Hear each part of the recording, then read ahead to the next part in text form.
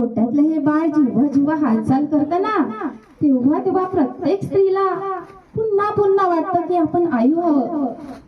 हो ग, खरंच खरंच.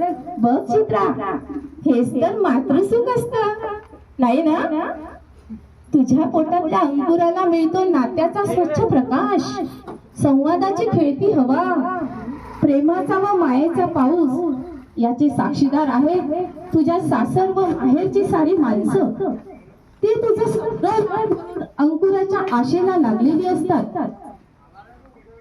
चित्रा, आता तू एकटी नाहीस. गेला सनलाइट. हॅलो, अगं चित्रा, आता तू एकटी नाहीस. बाळ वाढतंय तुझ्या उदरात.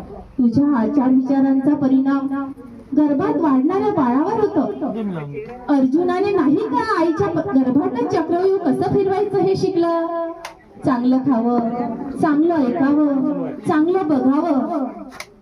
ज्या स्त्रिया ज्या विचार करतात ना, त्याचाच परिणाम त्यांच्या गर्भावर होतो. आणि यालाच म्हणतात गर्भसंस्कार. हाय चित्रा, वाचला तू गर्भसंस्कार?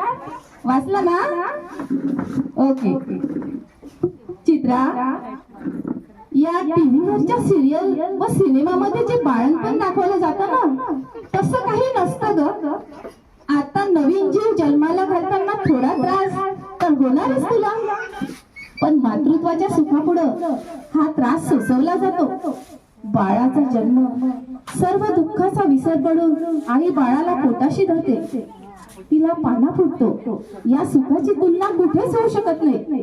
तुझ्या गर्भातल्या बाळावर चांगले संस्कार होण्यासाठी कर्णाचे चारित्र्य टिकून ठेव. झाशीच्या राणीचे चारित्र्य वाच आणि मग बघ येणारं बाळ तुझं कसं सुसंस्कारित होते.